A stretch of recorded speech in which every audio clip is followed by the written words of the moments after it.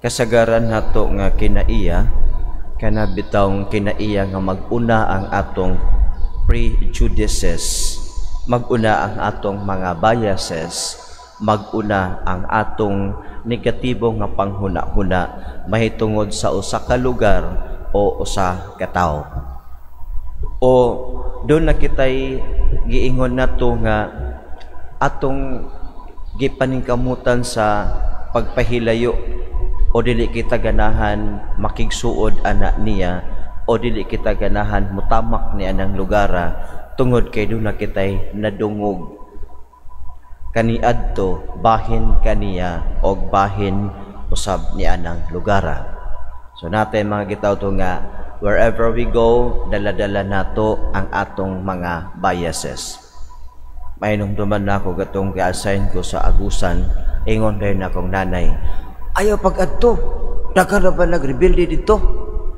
Tananan na din bias nga, we prejudge the place. Unya, pag-sud na ko sa seminaryo, dito ko diretso sa Manila, ipada, pag-abot sito, mangutana ang mga taga Manila nga, brother, taga saan ka ba? Taga Surigao po. Asa man ng Surigao? Saan ba yung Surigao? Sa Mindanao po. Muslim ka pala, brother. Hindi naman po lahat ng tao sa Mindanao Muslim. So meron tayong mga connotations, so meron tayong mga prejudices about certain places sa Pilipinas o sa ibang bansa. Pag naamang po ka sa Manila, kumuingon ka nga, mutama ka og tundo, tundo? Taka na ba kayo ng isnat, sirs din ha? So we attribute something bad or something negative to a certain place or a certain type of people. Pero kung imong maadto, makatamak ka niya ng maong lugara, ang imong kasinatian, maghatag ka nimo og kabaguhan sa imong panglantaw, kabaguhan sa imong pagsabot ni ining mga tawhana o nining maong lugara. So mausab kini karon ang atong apostol nga si San Bartolome. Tuloy kaning si Bartolome, di magyuni yang tinuod nga ngan. Ang tinuod niya nga ngan is Nathaniel. Pero kaniadto tungod sa kultura, mao ni ang ilang kultura, ang anak nga lalaki is to be identified with the father. Pamta nga si Pedro anak ni Jonas, so mayon sa nga Pedro Bar Jonah. Pedro Bar Jonah. So anak ni Jonas. Unya minta nga si Bartolome, si Tolome, si Bar kanang Bar, buti pasabot in Hebrew is anak na Tolome, anak ni Tolome. So kinsa may ngan sa anak ni Tolome? Si Nathaniel. Mao na nga sa Gospel ni St. John, kay gamit niya ang pangalan nga Nathaniel. Sa Gospel ni Mateo, ni Lucas ug ni Marcos, gitawag nila kini nga Bartolome, anak ni Tolome, usa sa mga kanang gitawag natong apostol ni Jesus. Pero ang iyang tinuod na name is Nathaniel. Unya karon kini ang Bartolome, buti pasabot siya nga anak ni Tolome. Ang Tolome nagkahulugan og farmer. So buti pasabot nga kini siya anak sa usa ka mag-uuma, kini si Bartolome. Unya kini anak sa usa ka mag-uuma, giadtuan sa ni Felipe o giingnan nga nakita namo, gikahibalag namo ang gihisgutan ni Moises og sa mga propeta og kini siya mao si Jesus. Unya mingon siya, do na bagoy maayo gikan sa Nazaret, kay mi-mention si Felipe nga kini si Jesus taga Nazaret, anak ni Jose. No? Mingon siya, oh, do na bagoy maayo nga taga Nazaret. So marapod og kita, do na bay maayo nga taga Nazaret. Apan gingnan sa ni Felipe, dali og tan-aw. Oh.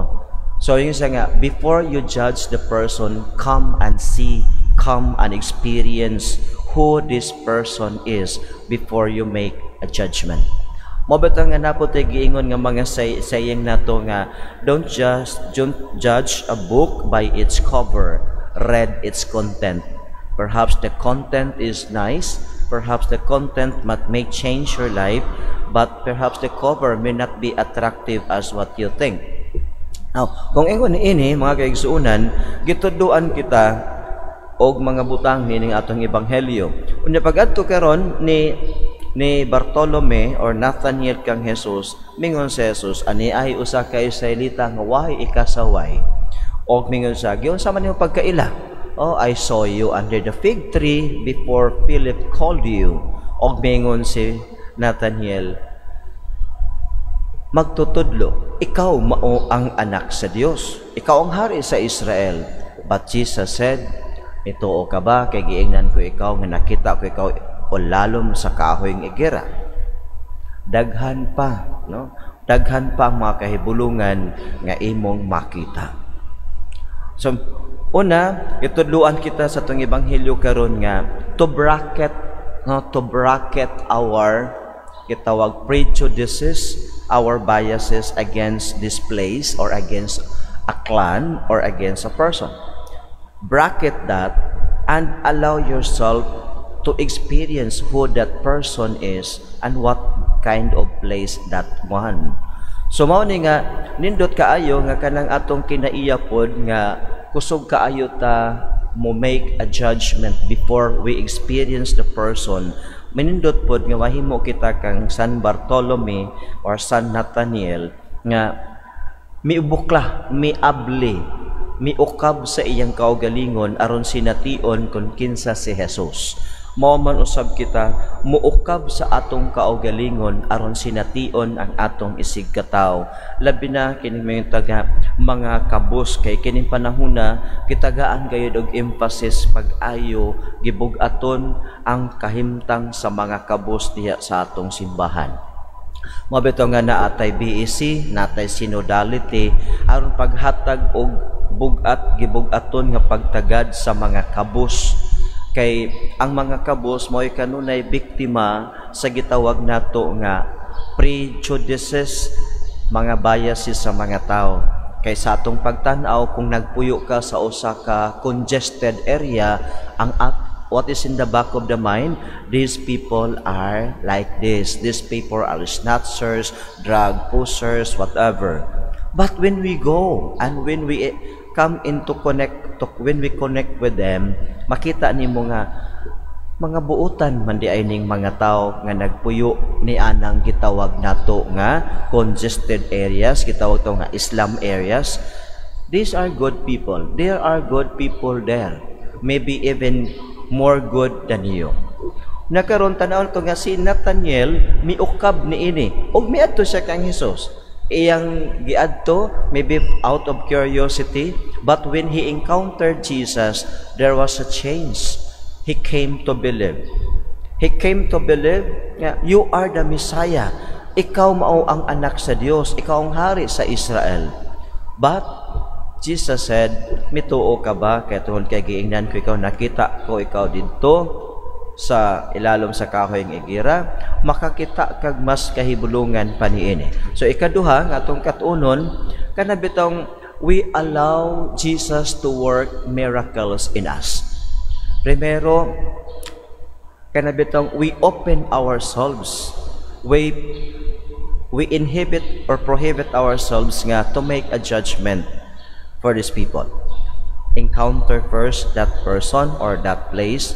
Pagkahuman, kaduha nga, open and allow yourself for Jesus to make a miracle nga makahimo og daghang katingalahang butang ang Ginoo sa imong kinabuhi. Kay the moment we believe, miracles takes place. Kay ang milagro is a fruit of faith.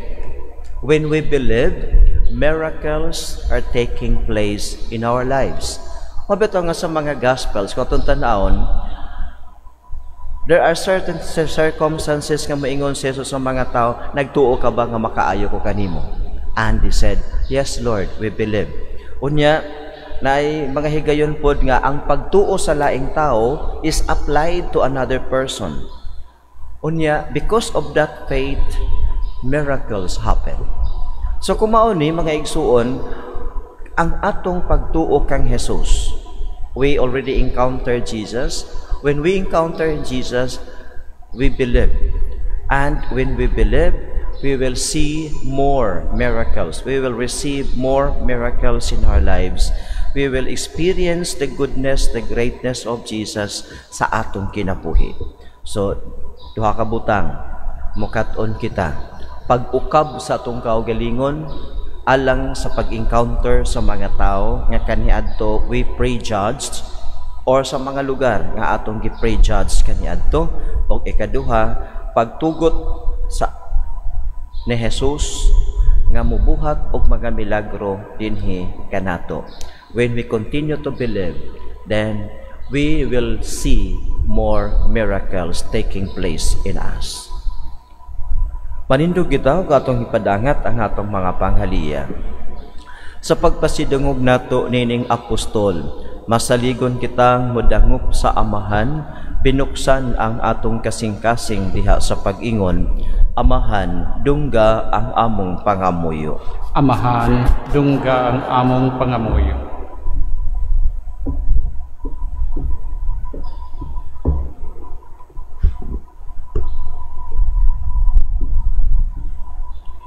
Alang sa simbahan nga nagpalambo sa espirituhanong mga kalihukan nga maoy nagbuhong sa pagtuo sa katawhan sa Dios. Mangamuyo kita sa Ginoo. Amahan, dungga ang among pangamuyo. Alang sa mga naghupot o buhatang pampubliko nga magmatinud-anon sila sa ilang katungdanan, mangamuyo kita sa Ginoo. Amahan, dungga ang among pangamuyo. Alang sa mga nag-ugmad diha sa mga apostolado sa kabatan-unan nga mahimo silang tako sa pag-umol sa nasod ngadto sa pagsunod kang Kristo, mangamuyo kita sa Ginoo. Amahan, dungga ang among pangamuyo. Alang sa mga sakop sa kabanayan nga makakaton sila pagsalig ug pag-agwanta sa usag-usa, mangamuyo kita sa Ginoo. Amahan, dungga ang among pangamuyo.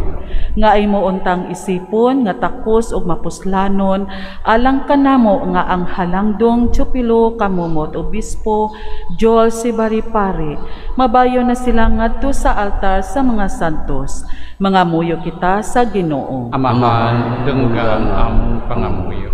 Alang sa kapahulayang dayon sa mga magtutuong mihalina, mangamuyo kita sa Ginoo. Amahan, dungga ang among pangamuyo.